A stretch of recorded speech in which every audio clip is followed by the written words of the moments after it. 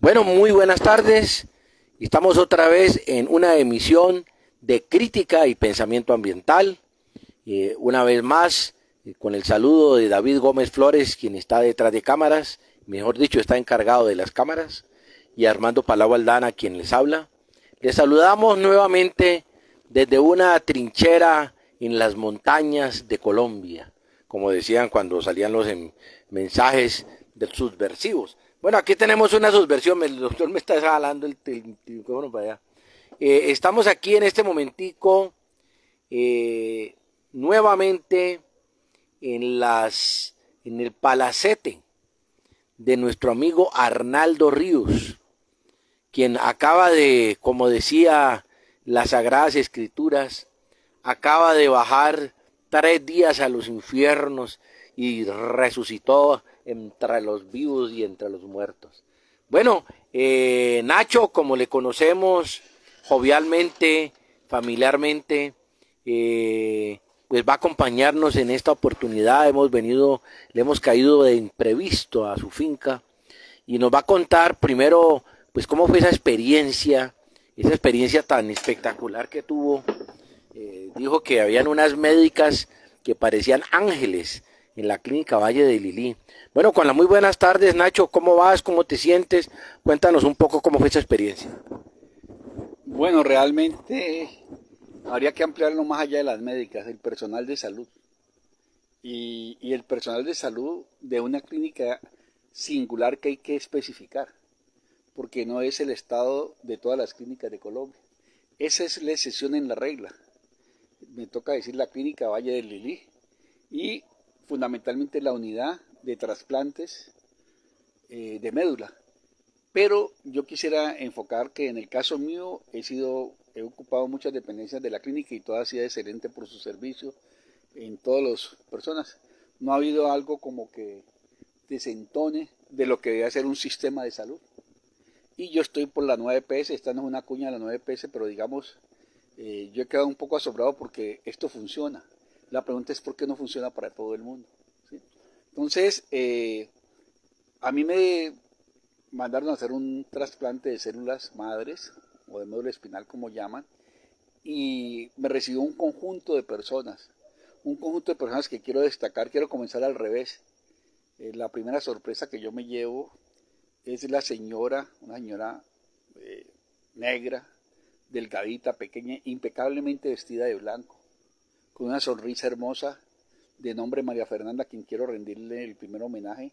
Y ella llega con la comida, la coloca y me dice: esta comida ha sido hecha con mucho amor, usted tiene que comer, usted necesita comer, tiene que hacer un esfuerzo por comer, cuando necesite algo me informa, lo que sea. Y me impresiona, me tocó el alma. Y siempre llegaba con una sonrisa porque pues se turnan, ¿no? Entonces cuando llegaba ella era un gran amor lo que yo veía. Y así vamos a hablar ahora de las auxiliares, ¿no? Había una señora que se llama la hortelana, creo si mal no, creo, no es la hotelera y no la hortelana, yo le decía la hotelera. La hortelana, que es la encargada, ella llevaba el agua, revisaba que las camas estuvieran. Yo sí entraba y como uno tiene algunos problemas, yo veía que miraba las paredes, miraba para arriba y yo decía, bueno, ¿y esta señora qué es lo que busca? Después me di cuenta que estaba buscando humedades, alguna fisura, tal, porque casualmente hay una humedad en el baño y me sacan casi que en un operativo, como dirían los muchachos de la vieja guardia, y me pasan a otro cuarto que porque no va a poder una humedad que yo nunca encontré en el baño, que porque las bacterias y tal. Y luego hay una fisura en la cama, entonces dice que la cama está rayada. A mí me parece como excesiva la vaina, ¿no? Entonces decían que en cualquier momento se puedan reproducir alguna bacteria, algún microorganismo. Luego vienen las auxiliares de enfermería que me tomaban los signos vitales cada hora, 2 horas. Luego vienen las enfermeras y particularmente las enfermeras jefe. Y luego vienen los médicos, tanto los de planta como los de turno, como los encargados del trasplante, y allí alrededor de ellos hay una cantidad de profesionales de la salud que es un número que yo no podría precisar. Yo creo que unas 30 pruebas tuvieron que ver con el asunto de mi tratamiento. Y había terapistas ocupacionales, el que me hacía los ejercicios, había una que me hacía hacer dibujos y mandalas, psicóloga, nutricionista. Yo estaba un poco pues apachurrado, con una vista hermosa a los farallones, en un cuarto de un hotel de 5 estrellas. donde toda la cama, el televisor, todo era impresionante. Un sistema de aire acondicionado que se disparaba continuamente y se sellaba, y eso era ahí sellado, pues. Es una cosa diferente, ahí estuve, se hizo el trasplante, todo iba muy bien, y cuando ya iba a salir, que me dijeron que faltaban 2 días, vino un asunto de una bacteria que no pudieron encontrar, y como el sistema inmunológico es tan bajo, pues fue una catástrofe, y duré unos 4 o 5 días con fiebre. Me hicieron todos los exámenes hasta que dijeron que no era, pues no era nada grave. Me quitaron el catéter, pero sí estaba con fiebre, ¿no? Y se me bajó el oxígeno, y fue un momento crítico donde uno no sabe si va a regresar, pero aquí estoy. Y luego el lunes me hicieron una biopsia a los pulmones, todo salió bien, y ya el martes me suspendieron los antibióticos y pude salir. Y es agradecer a esas personas en las cuales sigo manteniendo relaciones, porque estuvimos hablando, en el cuidado hay la posibilidad de, el que cuida, conoce, ¿sí? El que cuida sana o cura, y en la medida en que conoce, sana. ¿Sí? Sana porque hay un acto de amor. Entonces hablábamos con Álvaro Velasco, que recuerdas, mi querido amigo, que hay un problema ético-estético. Es decir, hay una ética del cuidado porque no se puede separar de la estética, donde tú aprendes y disfrutas de lo bello que puede ser eso. Bueno. Y creo que ese hospital reúne. Entonces la pregunta es, ese hospital creo que es una fundación, y creo que ahí la hicieron gente de mucho dinero del Valle del Cauca o de Cali. Ese es el cuarto hospital de América Latina, y creo que el 150 del mundo, y ya es ejemplar lo que se hace ahí. La pregunta es, si a mí me llevan por la 9PS y eso funciona, ¿por qué no puede funcionar la salud en Colombia? Una buena ¿Sí? pregunta. Una buena pregunta. Para resumir el asunto. No, pues a nosotros nos alegra, nos satisface plenamente y además lo podemos constatar. Y estaba precisamente David diciendo la vez pasada, no la última vez sino la vez pasada que te vimos, antes de que te internaras a eso, pues si dijéramos, se veían, habían unos estragos en tu cuerpo, ¿cierto? Se notaba un poco, y hoy en día pues te vemos y no, pues cómo era que nos preparó el café, nos lo sirvió. David no quiso que saliera la cafetera, una cafetera francesa, lo que más es, bueno, parece sacada de un museo, pero un museo de esos de Alto Turmequé. No quiero decir que el de David sea de Bajo Turmequé, porque queda en la montaña, ¿no? Puede ser que sea... Bueno, muy bien. Bueno, bueno. Bueno, hay una cosa que es importante destacar para que estemos a tono de lo que ocurre en el país. Tú sabes que Crítica y Pensamiento Ambiental se caracteriza porque no hay guión, no hay encerronas. Nosotros no tenemos libreto y tenemos toda la espontaneidad del mundo. A muchos... Casi no tenemos datos. Casi no tenemos datos. Bueno, no, debe ser un tema ahí, no. Datos hay comprados, nuevecitos. Bueno, lo que queremos decir es que a mucha gente le molesta, Arnaldo, porque el formalismo es una cosa te tiene tanto arraigo, que hay una gente que dice, no, es que eso es un desorden, eso es una cosa ya, pero bueno. Pero lo que quería para ponernos a tono es que se cumplen los 100 años, los 100 años de soledad, los 100 días de gobierno de Gustavo Petro. Y yo cumplo los 100 días del trasplante. Ah, muy bien, qué maravilla, bueno. ¿No alcanzaste a votar entonces? Sí. Alcanzaste a votar, claro, bueno. Y esos 100 días de gobierno de Petro, pues van cerrando con un periplo por distintos escenarios internacionales, ¿cierto? La COP en Egipto, la reunión por la paz en París, bueno, tantas cositas que se aprovechan en estos viajes, perdón. Y entonces, pues todo el mundo está tan entusiasmado y hay una reacción, dijéramos, de buena parte de la militancia, de los simpatizantes, no solamente de la Colombia Humana, sino de la coalición del Pacto Histórico, ¿cierto? Y de muchas personas del común que sienten unos cambios. Yo no diría que son los grandes cambios, pero es que esto estaba tan oxidado que cualquier cambiecito que usted le hiciera ya era una maravilla. Y entonces la gente se está preparando porque para tratar de amilanar, de menguar el efecto, de tapar la visibilización de esos pequeños cambios, pues el establecimiento, el uribismo, los medios masivos de comunicación, cada vez quieren dar a entender que las cosas están muy mal. Por ejemplo, el tema de las encuestas, que Inbamer dijo que apenas el 50%, que el Centro Nacional de Consultoría dijo que el 65%, pero yo me pregunto, pero si es que Petro fue elegido como con el 48%, o sea, con el 50% ya hubo un aumento, ¿no? Un aumento, ¿cierto? Entonces, bueno, queremos saber... 48 va bien. En 48 va bien. Entonces queremos saber, pues, ¿qué opinión tienes tú de estos primeros 100 días de gobierno del pacto histórico en cabeza de Gustavo Petro? Mira, me hiciste recordar a Armand Matelar, que llama Agresión desde el espacio, ¿no? Un libro que escribió para entender lo que pasó en Chile, o que se escribió a través del problema de la unidad popular, ¿cierto? Y cuál es la agresión que se hacen desde los medios de comunicación y medios de información, ¿cierto? Y igualmente un libro también, creo que es de Matelares, no recuerdo, se llama Para leer al Pato Donald. Sí, entonces uno ve cómo diría Luján, el medio es el mensaje, ¿cierto? Hay una capacidad de los clases dominantes, ¿sí?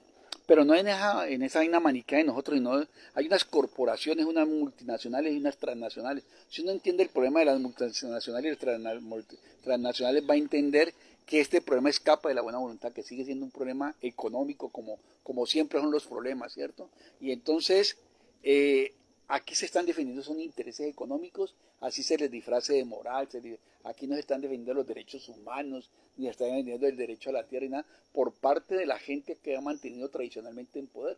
En Colombia que no pasan de 50 familias, decía alguien. Y eso hay investigaciones que ha hecho gente de otros países para no meternos nosotros en esa problemática. Entonces, aquí hay realmente una defensa de unos intereses, de una estrechez mental. Qué pena decirlo así, pues, con los señores de la oposición, porque si algo hay en este momento son garantías de la oposición, y ese cambio que tú dices, es un airecito fresco, una brisa fresca, que uno tiene la ilusión que no nos sigan matando ni marginando. Entonces, aunque han sido los muertos, que no van a parar porque soy un presidente, porque hay estructuras mecánicas cotidianas que no han sido desmovilizadas, y no van a ser desmovilizadas de pronto ni en estos 4 años, pero ya esa gente que se organizaba para crear ese terror social para controlar y poder justificar el uso de las Fuerzas Armadas en una función represiva, han entendido que tienen que andar como más cautos y se han ido replegando un poco. El problema es que al replegarse esos lugares, la pregunta es, ¿puede el gobierno del presidente Gustavo Petro, a través de las Fuerzas Armadas, llegar allá? ¿Hay la voluntad política de las Fuerzas Armadas de llegar allá? Porque no solamente es una orden del presidente, el problema es que hay un comandante y un capitán y una gente que hace el operativo, y es la gente, como que pasa con los funcionarios de carrera. Tú vas como secretario o como ministro de algo, pero hay una gente que está enclavada ahí, que conoce mucho mejor que el ministro cómo funciona la cosa, y es la que puede dañar el camino. Entonces, yo creo que los 100 días, primero que 100 días no son nada. El mismo embajador norteamericano en un tiempito, ¿cierto? Realmente esto se va a saber lo que va a pasar en un año. No podemos decir que un hombre, porque pronuncie una frase o porque vaya a una cumbre, el dólar va a subir o a bajar. Eso es darle demasiado, es una torpeza mental y económica pensar que un hombre tiene ese poder. Le están dando un poder a Gustavo Petro que está más por allá de los mercados internacionales. Y aquí está la crisis de Rusia, está el problema del petróleo. Miren que en Europa en estos momentos, en Inglaterra, están dando unos actos que llaman vandálicos, pintando los cuadros y los lugares que son muy emblemáticos. Y ¿y por qué? ¿Por qué hacen eso? Dice, porque hay un segundo problema, y es que Inglaterra quiere volver a explotar plataformas de petróleo marítimo subterráneo. Entonces ellos dicen, es que si sube 1.5 grados, esta vaina se va a joder. Entonces de eso sí no habla. Entonces, cuando eso pasa en Inglaterra y pasa en el mundo, que es una tendencia, y el presidente aquí habla lo mismo, dicen que acá estamos bobos. No, pues todas las economías basadas en la vaina fósil está cumpliendo un ciclo. Y tenemos que poner la ciencia y la tecnología a que invente otras formas tal de relacionarlos. Y ahí viene el segundo problema que han atacado tanto esta ministra. La teoría del decrecimiento, eso no es de Petro ni de la ministra. Si ustedes ven eso hace 30 años, salieron los libros de eso. Donde es decir, hay un momento en una función matemática que si usted sigue creciendo revienta algo. Entonces el problema es, cualquier crecimiento va a reventar eso. Entonces, pues, ahora, llamémosle de pronto que la palabra de crecimiento no puede de pronto ser la más indicada, pero habría que estabilizar el sistema global y el sistema local, y eso es lo que hay, es unas directrices. Petro, y con esto completo, se porta como un estadista al nivel nacional e internacional, ha cumplido su función, me parece que ha logrado matizar muy bien, equilibrar las cosas, pero el problema es en lo interno, en lo operativo. El problema no es el que está muy claro. Yo creo que la reflexión que tenemos que hacer ahora es cómo vamos a hacer lo que tenemos que hacer. Bueno, muy bien. ¿Cómo lo va a hacer el hombre? ¿Cómo lo va a hacer el hombre? Es que no es el gobierno somos todos, ¿no? Correcto. No puede ser él. Bueno, pero tratando de ser objetivos, pues la objetividad es una cosa muy relativa. Karl Popper dice que cuando nosotros tenemos información científica, es una información predecible, dijéramos por así decirlo, pero no es una verdad absoluta. Esa cosa de Popper tan interesante que yo vivo citando, el conocimiento de la ignorancia. Pero en esa cosa, esa mirada crítica, Nacho, nosotros fuimos sorprendidos con el presupuesto nacional del primer año. El primer año es el año que viene. 405 billones, gastos de funcionamiento 265 billones. Los gastos de funcionamiento en relación con este presupuesto que va a acabar crece un 25%. 65 billones para el servicio a la deuda, primer renglón salud, educación, salud y gasto militar, casi con los mismos rubros, entre 50 y 48 billones. Es decir, es la misma estructura del presupuesto nacional desde 1991, dijéramos desde 1992. Y entonces uno ahí se queda sorprendido porque uno dice, bueno, pero ¿cómo es que es la película, cierto? Nosotros creemos, Nacho, que finalmente el que va a manejar el presupuesto plurianual es el Plan Nacional de Desarrollo, que es realmente el que orienta todo el gasto, ¿cierto? Y pues estamos en una transición. Sin embargo, pues, ¿tú crees que esa transición hay que tomarla con tranquilidad, de manera sabrosa, como dice Francia Márquez? ¿O tú qué piensas de esos embates, de esa cosa que además es un tanto obtusa, ¿no? Las cifras de la hacienda pública, eso es un lenguaje como en sánscrito para que la gente no lo entienda, ¿no? Mira que la pregunta es, bueno, ¿para qué necesito la plata si no sé en qué invertirla? Esos presupuestos deben ser construidos a través de un plan nacional de desarrollo, pero un plan realmente participativo. Y el problema es que la participación no existe porque se decrete. Es más, tú le puedes entender que participe y a lo mejor no quieren participar. Se han creado una serie de vicios con esto de la consulta previa, con los proyectos que han sido populares, donde la gente quiere es que le den un sándwich, le pagan el transporte y ojalá el día. Entonces, aquí hay también un problema cultural y un problema ético muy grande. La corrupción está insertada desde el más alto nivel hasta el colombiano de a pie. Y así no vamos a poder transformar el país, donde cada cual... Es decir, querés transferir que leí algo de eso, querés transferir el manejo de los presupuestos de la Junta de Acción Comunal, no garantizan de que no se roben la plata los de la Junta de Acción Comunal, con todo respeto con los de la Junta de Acción Comunal. ¿Qué va a quedar más cerca de la gente? Pero la pregunta es, ¿cuáles van a ser las componentes? Porque ¿cuáles van a ser las componentes o los mecanismos que van a regular que no se roben la plata de estos niveles ahora? Y entonces digan, no, pero le dimos la plata a la gente, pero la gente se la robó, ya no se la roba el gobierno. Porque es que no hay una formación cultural. Y uno ve que muchas organizaciones de este tipo ocultan información y la dan a la gente privilegiada. Entonces volvemos a crear, y aunque la plata se riegue más, va a estar también en ese nivel. Entonces, una gran transformación cultural. Pero la transformación cultural no es construir más universidades y más escuelas, es iniciar un programa realmente de educación popular, que la gente conozca su territorio, recupere la memoria de lo que es, se sienta que está en su territorio y que lo tiene que defender. Lo del presupuesto como está planteado de los billones, a mí me produce pues un poco de risa por lo que llamaba Marx el fetichismo de la mercancía, y fundamentalmente que suban los billones o los bajen, y uno dice, bueno, ¿y para qué los van a hacer? Indudablemente la salud es importante, la educación es importante, deberían ser los más grandes rubros de ciencia, tecnología, salud, educación. Tú no puedes desmontar uno de los ejércitos más grandes de América Latina porque implica que hay que hacer una transición porque van a haber ruido de sable, llamémoslo así, no en el total sentido, pero no puedes desmontar eso. Ahora, lo que habría que ver es cómo le redefine la función al ejército. A mí me parece muy chévere que, por eso me gustaba lo del servicio social o servicio militar obligatorio, pero socialmente. Entonces, que vaya el batallón de ingenieros y haga puentes, es decir, que salga todo eso que le invierte la Fuerza Armada y se convierta en fuerza de trabajo. El mismo problema en los presos. Pues bueno, sáquenlos, hermanos, a que hagan carreteras, a que limpien el monte, a que arreglen las vías, y tendrías un gran movimiento. A la gente no le gusta eso, que de pronto violamos los derechos humanos, pues, pero ¿qué hacen los presos? Sería inclusive una terapia para que mejoren sus comportamientos violentos, ¿cierto? Porque trabajar ya van a hacer, pero que ese trabajar también es unido a una formación cultural y a una capacitación que les permite ir a hacer eso. El mismo ejército. Mira que sería muy chévere que en esos 2 años que los chicos y las chicas debían ser, si hay una equidad de género, tuvieran ambos, el servicio militar social obligatorio, tuvieran una formación técnica, una formación tecnológica, que tuvieran un saber que les permitiera reintegrarse a la sociedad, y no salen otra vez con la libreta militar, pero no saben hacer nada.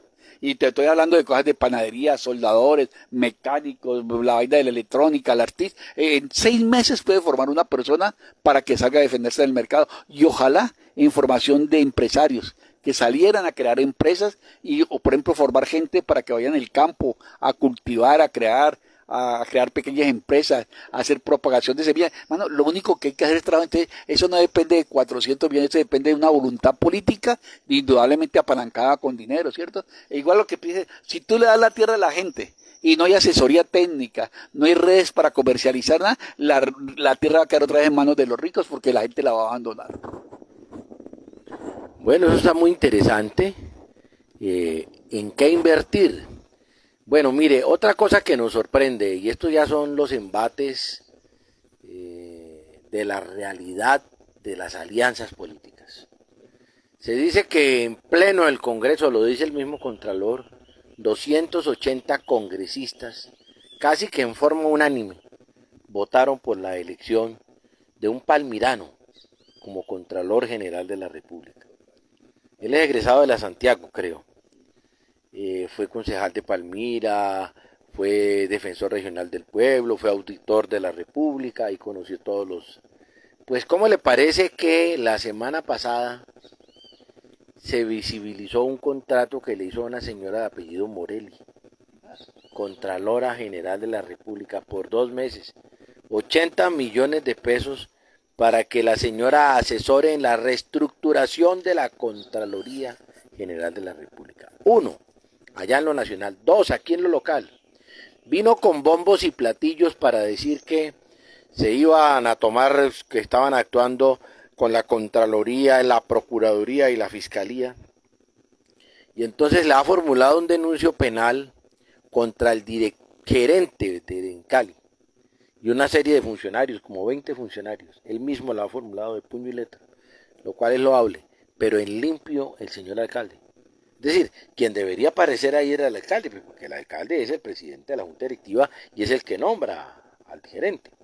Pero además el otro escándalo es que un señor de apellido Morales, ¿no?, resulta que ha sido abogado de él, ha sido abogado de Juan Carlos Martínez, y le dieron un contrato imposible de cumplir por 840 millones de pesos.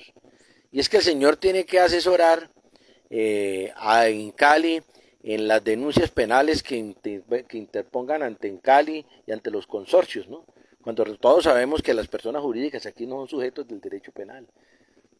Y para terminar, 80.000 millones 80.000 millones en contratos a un primo hermano, un primo que estaba aparentemente escondidito, primo por el lado de la mamá, ¿no? Y entonces frente a estas cosas, esto está ocurriendo en los primeros 100 días. Por supuesto que 100 días no son nada, pero entonces, ¿qué hacer contra la corrupción? ¿Qué nos inventamos, Arnaldo? Usted que es un hombre talentoso para los inventos. Una innovación contra la corrupción. Mira, el asunto es una a largo plazo, la transformación cultural de una recuperación de los valores. Ahora tú no puedes recuperar valores muertos de hambre, ni con una posibilidad de ningún futuro de Rodrigo no futuro, como era la película de... Sí, entonces pero ese es un problema a largo plazo. Y un problema que tiene que ver con una transformación de la educación. Acaban de reunirse en Francia los mejores maestros para proponer el Estado, que esa no está funcionando. Lo único que no está funcionando en Colombia es la educación. Y te digo, hoy estoy muy contento porque el Colegio Oquial, que es de unos primos, se acaba de ganar el premio iberoamericano por la relación entre el trabajo y los objetivos de desarrollo sostenible. Hace 2 horas me acabo de recibir la noticia que me alegra mucho. No quiere decir que no haya colegios que no estén haciendo, uno podría mencionar muchos colegios en Cali, pero no hay una política de Estado sobre la educación. Y si no hay política de Estado, esto no es un problema otra vez, la educación es un bien público como la salud, y por lo tanto los privados no pueden decir que es que yo soy privado y tal. Las universidades acreditadas cada día están peor, lo que brindan no sirve absolutamente para nada, esas carreras no tienen que ver con el futuro. Digo, ¿cuáles son las carreras que necesita Colombia de acuerdo? Y no es el mismo profesional que necesitas para el Valle del Cauca, que necesitas para el Amazonas y que necesitas para la Guajira. Entonces, ¿dónde están los currículos diferenciados? Porque para mí la mejor definición de currículum es, el currículum es un proyecto político. Esa de lo demás es carreta, entonces tú vas y lo aplicas donde tienes que ver con las cosas que tienen que ver. Entonces, esa es la transformación a largo plazo. A corto plazo, pues yo sería un poquito radical, yo no sé si por mi pasado o por mi futuro o por lo que digo, yo haría un bloque de búsqueda contra la corrupción, con poderes plenipotenciarios, pero vinculado a organizaciones internacionales que serían, no sé si eso se puede, usted es el abogado en derecho internacional, un poco lo que han sido los tribunales de guerra contra los crímenes de lesa humanidad, y entonces que se encarguen de juzgarlo gente del mundo que sabe sobre la corrupción. Eso ya se ha dado, y entonces no se va a meter uno en problemas, entonces van a decir que es que el pacto histórico o el señor presidente o el alto gobierno está persiguiendo a la gente, pero el problema es que ahí el que caiga, sea de partido, este otro partido, de extrema derecha, extrema izquierda, pacto tal o pacto no tal, debe cumplirse la vaina. Porque si va a haber un bloque, una unidad especial contra un poco lo de los... Un poco, voy a decirlo coloquialmente, Elliot Ness y los intocables, hermano. Es con patente de corso.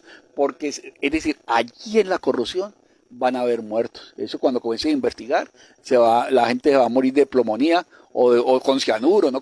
Últimamente hay muertos por cianuros. Hay unos casos que alguien me comentaba en Colombia, y yo conozco un poco sobre eso. Van a haber muertos porque se va a atentar contra la forma más infame de desangrar el Estado.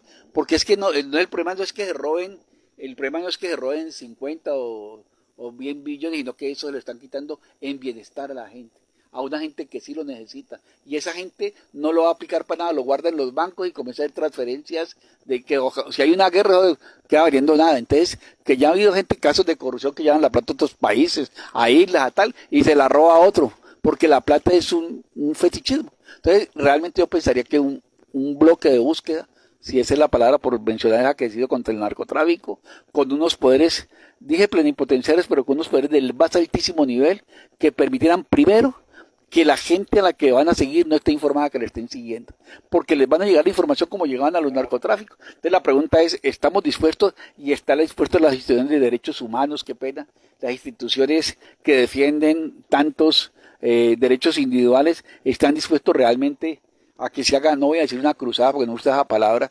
que se haga realmente una lucha frontal y radical, y que se haga, oiga bien, no solo en el alto estado, que se haga en las gobernaciones, en las alcaldías, en los barrios, en las juntas de acción comunal y tal, y que todo el mundo pueda denunciar a los corruptos, porque no, aquí no va a pasar nada, que todo el mundo sepa que aquel que es corrupto puede serlo, pero va a tener que pagar de verdad, ¿verdad? Y no el que le hace la paga, porque eso allí que se ha vuelto como un chiste de mal gusto. Entonces, si realmente hacemos eso, podríamos tener una posibilidad, pero impulsando los valores, impulsando una transición, impulsando el arte, la cultura, ¿me entiendes? El amor al territorio, y ahí saben, y los valores están los viejos. Los viejos, hablo de las personas de edad que quieren su territorio y que quieren que su territorio no se deforme y termine en la violencia que está en nuestros territorios. Pero mire cómo son las cosas de la vida, Nacho. Pero mire, señora, ahora estábamos escuchando unos bolerazos, pues que estamos aquí viendo dónde está la caleta de los vinos.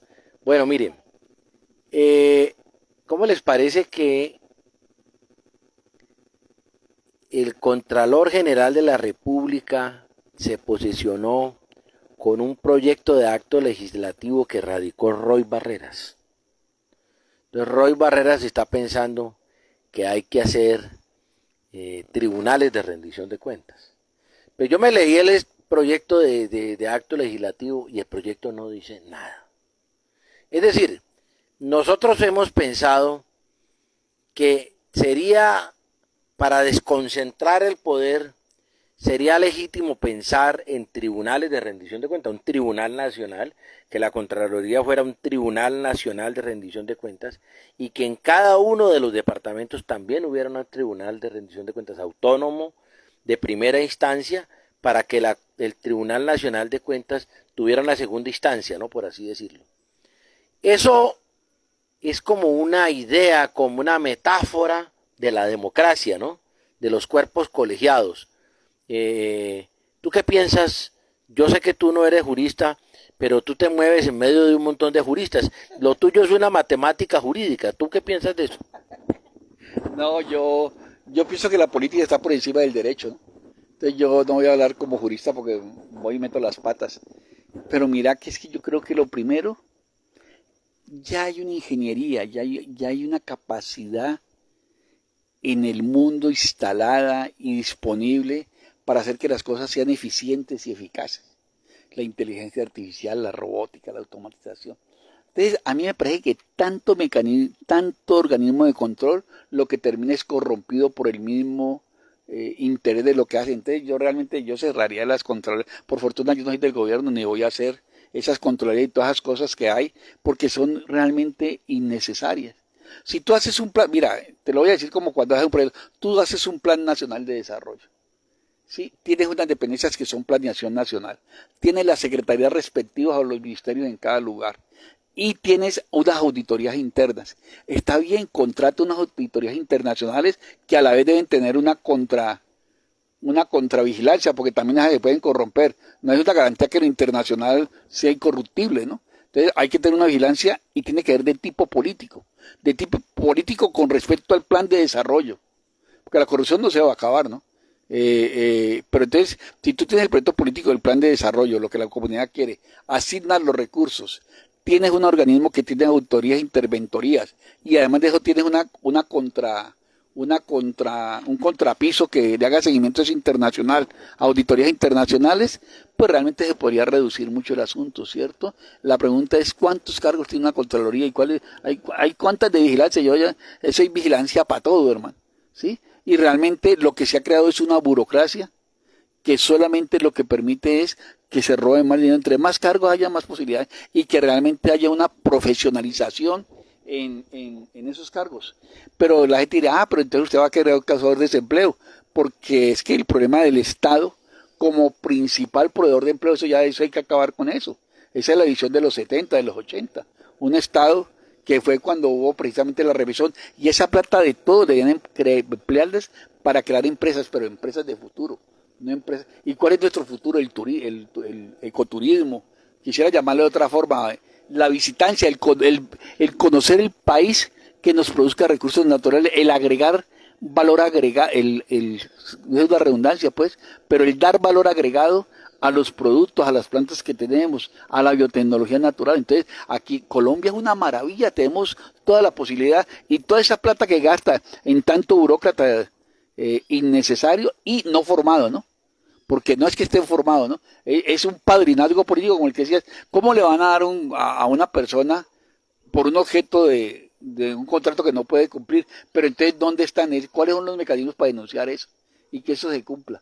Es decir, si eso sigue en los caminos de la Fiscalía y de todas estas vías, pues tampoco pasa nada. Entonces hay algo en el sistema judicial que no funciona. Y la única solución es una visión política que se pueda implementar para que todo se transforme. Espero que, yo sé que Gustavo tiene, el señor presidente, yo sé que tiene eso claro, pero la pregunta es, ¿cuál es su equipo? Tú mencionas a estas personas, pero también uno necesita su fuchete. Es decir, toda revolución necesita, revolución como transformación, necesita un ejecutor, se me olvidó, maquiavélico. Alguien que pueda coger las fuerzas y entrelazar entre ellos posibilidades. Entonces yo creo que Roy Barreras, sin quererlo ofender, es un poco maquiavelo. Pero realmente también ha cumplido una función. Es que es bien complicado, man. Pero él no ha dejado de convertir en un ángel porque nosotros queramos o porque se pasó, porque él ha sido, pues sin querer decir nada, ha sido santista, ha sido uribista, ahora es del pacto histórico, pero hay sí, como decía David, hay como males necesarios que uno se tiene que como que aguantárselos ahí, pero una función de transición. La pregunta es, bueno, parece que este señor tiene ahora una enfermedad difícil, ojalá la supere, pero Roy Barreras tiene como que un cáncer, creo, pero la pregunta, bueno, el hombre lo sacan de ahí, ¿y quién tiene la capacidad de maniobra del Congreso? Porque es que ahí tienes que tener también un nivel de sabiduría si uno no esté de acuerdo. Bueno, Hay una pregunta o una opinión. ¿Y qué tal que se plantee la pena de muerte contra los corruptos? Es que matar a la gente no sirve para nada, ¿sí me entendés? Lo que pasa es que como todos perdimos los valores, ya ni la muerte nos asusta, ¿no? Entonces, yo no creo que la eliminación física sea un camino para nadie. Porque finalmente, mira, que cuando condenan, hoy estaba leyendo un man que le metieron 14 condenas perpetuas. Entonces, ¿qué era por 14? ¿Una cadena perpetua o la silla eléctrica? Ya te morís y se acabó el problema. Es decir, ya no sufrís más. Una persona que está muchos años en la cárcel, si esa cárcel se convirtiera en un lugar donde la gente pudiera construir un proyecto, y es que se habla de centro de rehabilitación, y tendríamos que hablar un poco Foucaultianos, tú no puedes hablar de rehabilitación cuando la sociedad no ha habilitado a la gente. Habría que comenzar que la sociedad habilite para poder que si no se habilitó, lo rehabiliten. Pero tú entras a una cárcel, pues, yo he tenido la oportunidad de visitar varias, y te das cuenta que la gente que entra ahí es porque está desamparada, la sociedad no le ha dado nada, y hay gente que le interesa más poder atracar y robar para tener comida y un lugar para dormir. Entonces, si no lo has habilitado, ¿qué vas a hablar de rehabilitar? Entonces, si las cárceles fueran centros de aprendizaje e inclusive hubiera cierto manejo ¿cómo se llama? Con una cárcel domiciliaria, pero esa gente estuviera integrada a producir. Yo aprendería un poco de las comunidades indígenas. Si tú le matan la mujer a alguien y lo metes a la cárcel, ya dejas 2 familias sin nada. Pero si tú obligas a la persona que le mató, como hacen en algunas comunidades indígenas, a que el que mató al jefe del otro hogar mantenga esa familia, le toca mantener 2 familias. Eso realmente eso es positivo. Entonces, esa gente se podría formar, mira, hubo presos legendarios como Nelson Mandela, que estuvo 27 años preso y salió mucho más estable. Además, entendió que si tenía odio y si no gobernaba para todos los sudafricanos, no iba a haber un cambio. Porque es que tú no puedes, el que odia de esa manera está preso de sí mismo. Entonces, yo creo que si un hombre está ahí en las oportunidades, él puede transformar su vida a través de proyectos de estudio, de proyectos de hacer cosas, es posible que ese ser humano, que ese ser corrupto o ese asesino se pueda transformar. Pues esto suena un poco idealista, pero yo creo que hay un libro muy bello que llama Es el ambiente estúpido. Es decir, si no cambia el ambiente, tú no te vas a poder transformar. Entonces, si tú matas a la gente, pues el ambiente no va a cambiar. Es decir, ¿cómo transformamos la sociedad para producir unos seres nuevos que realmente nos permitan vivir de una mejor manera? Problemas siempre van a haber, eso no se van a acabar. bueno, otra de las cosas que se viene comentando a raíz, por ejemplo, del triunfo de Lula da Silva, ¿cierto? Y es que el mapa geopolítico de América Latina y el Caribe, dicen que es un gobierno en el que la presencia de la izquierda es una realidad. Y entonces hay quienes se dicen, ¿cómo es posible que el proyecto Pacto Histórico liderado por la Colombia Humana, que es como el nombre que asumió el Polo Democrático, podría ser un poco impreciso en eso, pero lo que se dice es que este gobierno es un gobierno de izquierda? ¿Tú crees eso, Arnaldo? Te me va a quemar a mí, mira. Mira, yo en la definición clásica yo tenía que decir que he sido un hombre de izquierda. Ya no me interesa. Y no porque me haya vuelto reaccionario. Porque finalmente si recordamos a la Asamblea Francesa, la izquierda y la derecha nos sentaban a un lado y otros a otro, ¿cierto? Los jacobinos, ¿no? Sí, los jacobinos y los... Se me olvidaron los otros chamacos. Bueno, entonces era un lugar para sentarse, pero todos estaban de cara a unos problemas que tenía el Estado y que tenía la transformación que estaban viviendo. Entonces yo creo que lo que deberían haber son hombres y mujeres en estos gobiernos que permitieran realmente transformar las condiciones de vida. Entonces el gran problema es que no hay una política de Estado, hay una política de gobierno. Entonces si tú ves en Europa, con a pesar de todos los problemas, pues se continúa. Los coreanos decían eso. Inclusive el embajador coreano, estuve con él en una vaina que hubo en La Libre, y él decía que presidente Petro, así con su español, había leído el libro de ellos y que los ponía como ejemplos. Pero mira que es que el gran problema es que allí hay una política de Estado a muchos años. Aquí yo no creo que si el pacto histórico no vuelve a ganar en 4 años, el que viene desmonta todo, para volver a acomodar eso. Entonces nunca logramos avanzar en nada. Entonces yo no creo que... Pues realmente yo no creo que esto sea un gobierno de izquierda, ni siquiera me preocupa, tampoco me preocuparía que fuera un gobierno de derecha. ¿De qué la izquierda con todo el mundo con hambre, man? ¿Sí? Yo pude vivir yo viví en carne propia la revolución sandinista, no me contaron, yo vivía allá, trabajé en la UNAM, trabajé con el Collaria Propiedad del Pueblo, trabajé en control de calidad, y el problema es que la gente necesita comida, sea de izquierda o derecha, ¿me entiendes? Porque no le podemos decir ahora como la vasija de barro, que los ricos, que los pobres coman y los ricos tan, porque entonces si volteamos la vaina sigue habiendo una injusticia. El problema es mucho más allá. Yo ya no le llamo humanismo, tiene que ser una trascendencia que implique que todo ser vivo, como ese pájaro, esa guacharaca, ese mico, merecen vivir. Todos necesitamos vivir en la naturaleza. Por lo tanto, creo que debe haber un proyecto que ya supere las ideologías. Pues yo te digo, el Boric está enredado en Chile. Es decir, el golpe de Boric fue muy parecido al de, pues no, es distinto, porque ya era una constitución que se iba a cambiar. Aquí fue un capricho de un presidente de hacer un pulso político y lo perdió, porque él ha podido hacerlo por decreto, a mí me parece. El Lula no tiene la misma circunstancia de hace años, eso no va a ser tan fácil ahora, el mundo de ahora no es el mundo de hace años. En ese sentido yo veo a Petro muy sensato, fíjate, pero yo veo mi preocupación en el cómo hacerlo, porque después de que él haga todo esto internacional que va a hacer, yo creo que va a durarle unos 6 o 7 meses, viene el problema de la realidad cotidiana, hermano. ¿Cómo vamos a hacer en un año cuando la gente sienta que no tiene trabajo, que no tiene posibilidades de empleo? Trabajo siempre va a haber, que no hay posibilidad de empleo, que disminuye, que las cosas pueden haber una inflación. Si no hay en este momento gobierno de izquierda o derecha, mi doctor Zapalao, una agricultura intensiva, y va a ponerle comida intensiva, que nos permita producir la autonomía nutricional que necesitamos y la comida, nos vamos a fregar. Y eso sí va a tumbar cualquier gobierno. Eso acabó con los ayistas. Entonces, hoy la tarea es sembrar, tener comida y tener lo que necesita la gente para que pueda pensar, porque la inflación viene desde allí. Y debemos producir productos locales que sean distribuidos en la misma zona para poder enfrentar la crisis de los alimentos. Y el Valle del Cauca, pueden decir, debería haber una reconversión de todo el Valle Cañero para que sin dejar de que exista caña, pues no tengo nada contra los señores. ¿Sí? Estoy planteando el modelo capitalista, ¿no? Y la pregunta es, bueno, ellos que saben tanto y que tienen tantos científicos, y yo me ofrezco en ese trabajo para tratar con la gente, miremos qué sería más rentable, producir caña o tener una universidad agrícola en el Valle del Cauca como la tuvo cuando Palmira fue la capital agrícola de Colombia. ¿Qué necesitamos más? Y bueno, ¿y cuál es el propósito de la caña en los mercados internacionales? ¿Lo han averiguado? ¿Qué es lo que está pasando? ¿Cómo surge el problema de la caña?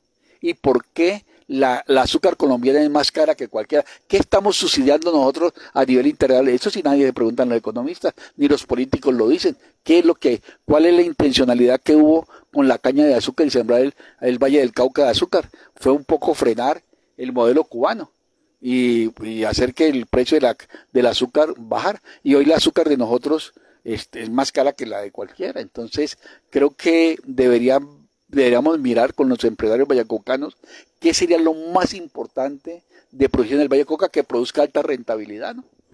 Ya no solo que lo produzcamos, sino que podamos convertir maíz, frijol, todo lo que se quiera sembrar en el Valle del Cauca, pero darle un valor agregado y que volvernos en la defensa primero de Colombia y después del mundo entero, ¿no?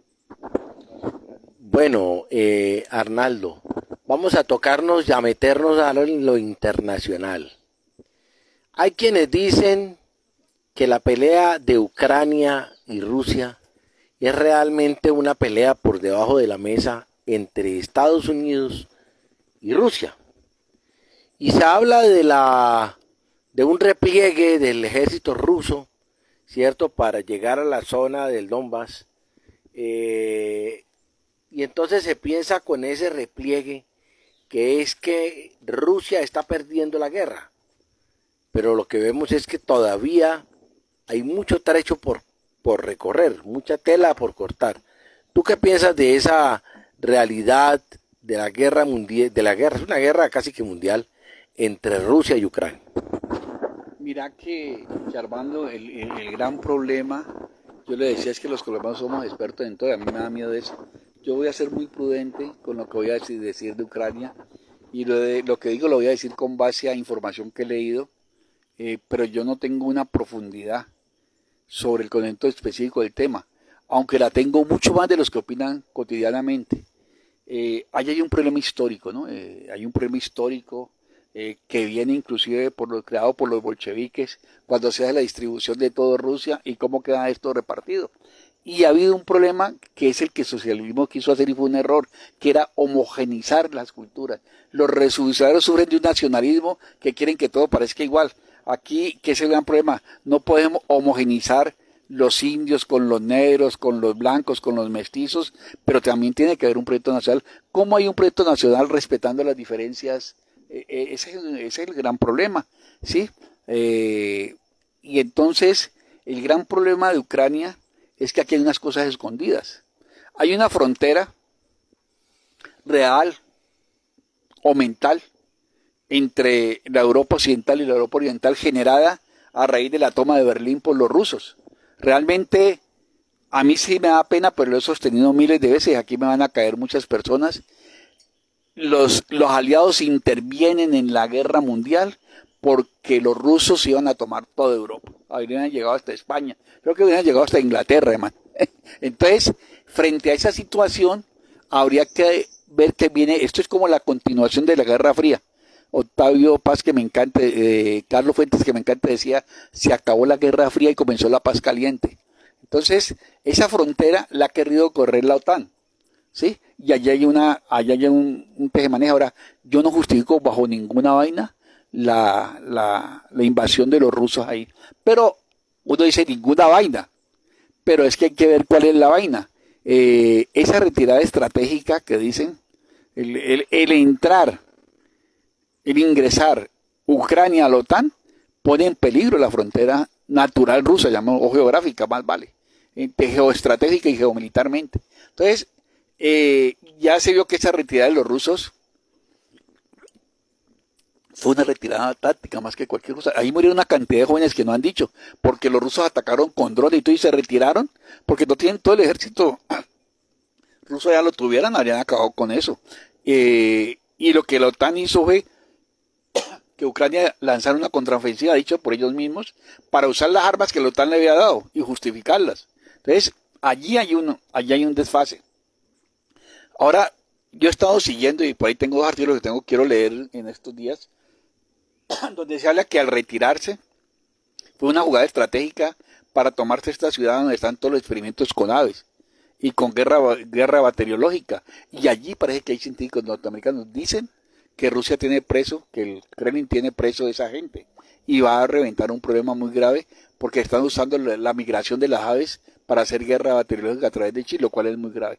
Entonces uno comienza a pensar esto en el COVID, todo eso, ahí dice uno, ¿cómo va la cosa? Entonces, yo considero, pero además Ucrania genera Ucrania es como un valle de Cauca, pues no sé, en la extensión somos como lo mismo más o menos, pero produce una gran comida, porque eso nos fortalece la tesis de que el Valle de Cauca puede ser un gran granero. Ellos exportan una cantidad de alimento que es fundamental para el mundo. Miren los insumos nosotros, entonces eso ha creado una inflación, ha creado unos problemas, y como la guerra se prolongó, pero no se prolonga solo por Rusia, se prolonga también allí hay un teje de fuerza. Yo creo que los rusos quisieron manipular la vaina, y por eso no han atacado totalmente, porque destruir a Ucrania tampoco le conviene a los rusos. Entonces hay como un forcejeo donde entra también Occidente, encabezado por la OTAN, encabezado por los gringos, encabezado por todo Occidente, contra ese enfrentamiento con los rusos. Y ahí está en tabla. ¿Y quién lleva el morir? El pueblo ucraniano, como siempre. Entonces yo creo que allí hay algo que no se ha contado totalmente y que tiene que ver otra vez con lo que el señor Vladimir Ulyanov Lenin decía: la guerra no es más que la distribución de los mercados. Bueno, los leninistas, ¿cómo estamos con el tiempo? Estamos bien, bueno. Pues hombre, mire usted, mi querido Nacho, cómo hemos paseado por distintos puntos de la opinión pública, cómo estamos nosotros pensando en temas locales, en temas nacionales y por supuesto en temas internacionales. Y otra de las cosas que se dice, yo lo escribí recientemente en una columna, Disertaciones del Crepúsculo, es el liderazgo que ha asumido Petro en el discurso ambiental, la narrativa, para utilizar una palabra muy en boga hoy en día, la narrativa ambiental, ¿no? La gramática.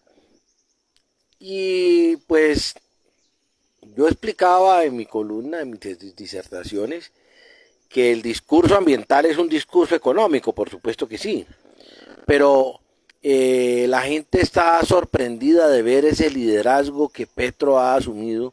Es un hombre que tiene claro los conceptos económicos y pues no le queda difícil asumir el discurso ambiental, pero lo ha asumido con un liderazgo del tercer mundo, por así decirlo, para utilizar una expresión de los tiempos de los países no alineados. ¿Tú cómo ves eso? Yo lo veo como una estrategia del Caracol para tratar de que estos grandes carteles del petróleo y de las transnacionales le echen unos dineros a la bolsa para recuperar nuestro entorno y los recursos naturales. Mira que yo creo que Gustavo Petro, el haber estado en la alcaldía de Bogotá y haber de pronto hasta haber cometido errores, que me imagino que cometió muchos, administrativos y de gestión, también le dio una experiencia. Es que Bogotá después de la presidencia es uno de los problemas más complejos de Colombia. Entonces, el que Petro haya estado allí con un gobierno, que algunos de esta gente lo acompañan, también les dio una experiencia. También aprendieron de los errores. Una de las cosas que me ha gustado mucho del presidente Petro en esta fase inclusive en la misma fase final de la campaña, fue cuando pasó y se fue al río Magdalena, se fue a donde los cafeteros, tal, porque yo dije, si el hombre no se va de ese bus y siguen esa pelea allá en la televisión, pues allá siempre va a perder, porque ese es un formato ya para eso. Cuando el hombre se va, yo creo que eso cambió la decisión, es decir, él viene de un movimiento que lo caracterizó al M-19 por estar con la gente. No que no nos equivocáramos, no que el M no se equivocara, sino que le daba a uno. Es decir, cuando tú te sientas a tomar café con la gente, cuando tú vas donde un campesino y montas con él la olla o partes con él un palo de leña o haces con él, aunque sea siembras unas maticas de maíz, hay otro tipo de acercamiento, no es el burócrata, no es el funcionario, pero si no hay un gobierno que llegue a la gente, que nomade los territorios, aquí no pasa nada. Entonces no es un problema de decretos. Claro que hay que hacerlo, es decir, hay que hacer todo el aparato burocrático, no quiero desconocer eso, pero hay que tener unos funcionarios que lleguen a terreno. Por eso decía alguien que le preocupa que el doctor Gaviria no está saliendo a terreno. Y si alguien tiene que salir a terreno, el ministro de Educación. Pero bueno, ese es otro caso. Entonces, el asunto es que Petro me parece que ha logrado un discurso, primero es un man de una formación fuerte. Del hombre se puede decir cualquier cosa menos que no es un hombre estudioso, y un hombre riguroso, y un hombre leído, y un hombre formado. Entonces, él ha logrado tener un discurso por su visión de economista, pero también por su visión política, porque él podía ser economista, pero mal que bien la militancia lo perdió de algo, o de un mucho que él está ahora capitalizando ese activo de una manera muy inteligente. Es un hombre muy inteligente, es un hombre con carisma, ¿no? Que logra llegarle a la gente. Ese berraco tiene una capacidad, qué pena con el señor presidente llamarle así, tiene una capacidad de que la gente lo quiera, mano. Y es todo el mundo. Entonces, inclusive yo creo que hasta la misma oposición le tiene cierto cariñito. Porque es que cuando uno ve la respuesta que le da a un tipo que dijo que, este senador que dijo que usted lárguese de aquí, no lo necesitamos, y tal, dice, en cambio yo sí no quiero que se vaya, yo quiero que usted se quede aquí, lo necesitamos, senador, pero lo necesitamos un poco, tal vez un poco más leído, ¿sí? Igual de brillante, pero más leído, es decir, ese es un golpe muy duro, ¿me entiendes? Y él tiene esa capacidad de mucha gente en Colombia de lograr tocar la fibra. Entonces yo creo que Petro lo que está diciendo no es nuevo en el mundo entero, porque es que, y en esto pues voy a hacer una crítica cariñosa al hombre, como Colombia es un pueblo que no lee más de un libro en promedio, ¿cuántos leer? Hay unos que leemos pues por los que no, si sacan el promedio, que no va a pasar como decía una vez Gaddafi, que él no le creía el promedio, y yo pues, ponía ese ejemplo, si tú te comes un pollo y yo no me como ninguno, en promedio nos comemos medio pollo. Mentira, vos te estás comiendo un pollo y no como nada, man. ¿Sí? ¿Me entiendes? Entonces, esa vaina de los promedios no puede existir así. Entonces yo creo que como no lee, es un hombre como no lee la gente y él es un hombre tan leído, la gente queda ensimismada, anonadada, perpleja, admirada. Pero, pucha, eso el mundo lo viene diciendo hace muchos años. Como él es un hombre culto, un hombre que ha viajado, un hombre que ha leído, cuando trae eso aquí, la gente dice, no, pues es que ese man está inventando el mundo. Él no está diciendo nada, está recordando lo que hizo del mundo, lo que en unas partes ya está funcionando y se ha hecho bien. Entonces, eso le corresponde a un estadista, ser capaz de ver el mundo, pero desde lo local y lo global, lo que llaman lo local, pues, ser capaz de articular las dos cosas. Es un hombre de una visión muy tenaz, de una visión maravillosa, en términos del país no le va a poner más adjetivos, pero es un hombre que también logra medir que él comenzó por donde era. Uno, llamar a Fedegan, pues a la gente no le gusta eso, man. Pero agarrarse a tiros con esos manes era muy berraco, con esos señores, perdón, de Fedegan, que tienen una fuerza realmente en Colombia. Entonces, era quitarle el temor a alguien que podía de pronto avalar movimientos armados en contra. Entonces, a mí me parece muy inteligente y que el Furiero hubiera salido diciendo lo que era, pues hay que comprársela, la otra es quitarse la bala y otra vez otra guerra. Y realmente el cuento de la paz total, que no es un cuento, es una visión muy interesante, porque la paz no es con la guerrilla, la paz no es con los paras que andan por ahí, con los grupos de la disidencia, la paz está aquí en los problemas de las veredas, en los problemas de las familias. Hay un problema en Colombia cultural con la guerra que tenemos que transformar. Entonces, él logra hacer esa lectura y logra tener un liderazgo mundial porque él sabe, primero, el apoyo de los norteamericanos es vital. Si él no tuviera el apoyo de los norteamericanos, ya estaría barrido, porque los primeros que hay que parar, porque son los que le encantan los golpes de Estado contra esta vaina. Los norteamericanos han entendido y los ricos del mundo han entendido que tienen que ser una nueva lectura, porque no van a perderlo todo. Entonces, también hay un reacomodo de las fuerzas, pero es un reacomodo estructural muy complicado que Gustavo logra leer de una manera, nuestro presidente logra leer de una manera muy acertada y busca la alianza internacional. Yo creo que como si él busca la alianza internacional, esas mismas alianzas deben buscarse para la paz, como comités internacionales y para la corrupción. Y eso le daría el golpe maestro, y si esa plata del presupuesto, no importa que tengan, así que esté lo mismo para educación y para el ejército y tal, si él logra reconvertir el uso correcto y adecuado y apropiado de esos dineros a través de los mecanismos de salud, a través de los mecanismos del ejército, de las Fuerzas Armadas y a través de la educación, con lo que hay podemos transformar el país. Bueno, ya se nos va terminando el tiempo en esta emisión de Crítica y Pensamiento Ambiental. Hemos estado en la zona rural de Cali, aquí a la Pepe y Cuarta de la montaña mágica de Siloé, a la Pepe y Cuarta de la Escuela de Carabineros de Policía, a la escuela, a la Pepe y Cuarta de unos cuantos cementerios, ¿no? Bueno, estamos en un sitio expedito, queremos pues agradecer a la sintonía, agradecerle a Nacho sus palabras, sus opiniones, sus conjeturas, y por supuesto expresar nuestra satisfacción por el excelente estado de salud de Nacho. Está aquí reído en este palacete, que esto es un palacete indiscutiblemente. Este contacto con la naturaleza es el mejor remedio que podemos tener. Bueno, te agradecemos, Nacho, tu participación, y estaremos en una próxima emisión de Crítica y Pensamiento Ambiental. Yo quisiera pues despedirme sin alguien decirles que la próxima me gustaría, acabo de mandar una ponencia a Perú es una tarea que quisiera con el alto gobierno y lo voy a hacer. Acabo de tener un documento que habla, siempre he hablado de un sistema de C+CTI que se llama Competitividad para la Ciencia, la Tecnología y la Innovación.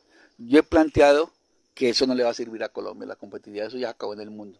Y el presidente lo tiene muy claro, que tenemos que hablar ahora de un sistema de CS, de cooperación solidaria para la ciencia, la tecnología y la innovación, y yo le planteo particularmente para el Pacífico en Colombia. Entonces, eso va a implicar que solo cooperando podemos transformar este país. La competencia no nos va a llevar a ningún lado, nos lleva a la destrucción. Y la paz total tiene que pasar porque haya cooperación entre todos. De cualquier, ahora habla usted de izquierda y derecha, doctor Palau, de cualquier colombiano que le interese este país, porque yo no puedo decir que alguien de derecha, que no sea el militante recalcitrante a veces, no le interese el país, ¿no?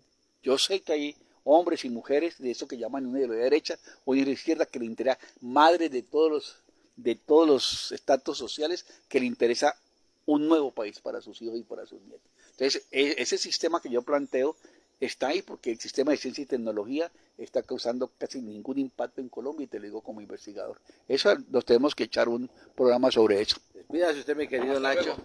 Bueno, nos vemos entonces. Qué bien, hombre. Bueno, estamos desde la montaña del corregimiento de Los Andes, cerca a Villa Carmelo, y continuamos nosotros con este programa Crítica y Pensamiento Ambiental. Quisiéramos mostrar esta panorámica hermosísima esta tarde de este lunes festivo, Día de la Independencia de Cartagena, 14 de noviembre de 2022. Nos vemos el próximo lunes a las 4 de la tarde desde cualquier punto de la ciudad de Santiago de Cali, y con más personajes como el anterior que estuvo interactuando con el doctor Palau desde este hermoso espacio ambiental, ecológico, con el cantar de los pájaros. Nos despedimos de ustedes desde estas montañas cerca de Villa Carmelo, con el agua que es vida, con los animalitos, con las guamas. Bueno, eso es una hermosura poder hacer estos programas de crítica y pensamiento ambiental. Precisamente el espíritu de crítica y pensamiento ambiental es el centro realmente de la atención, debe ser la flora y la fauna que se debe defender, y sobre todo el agua. Hasta un próximo programa de crítica y pensamiento ambiental. Chao, chao, y nos vemos el próximo lunes a las 4 de la tarde.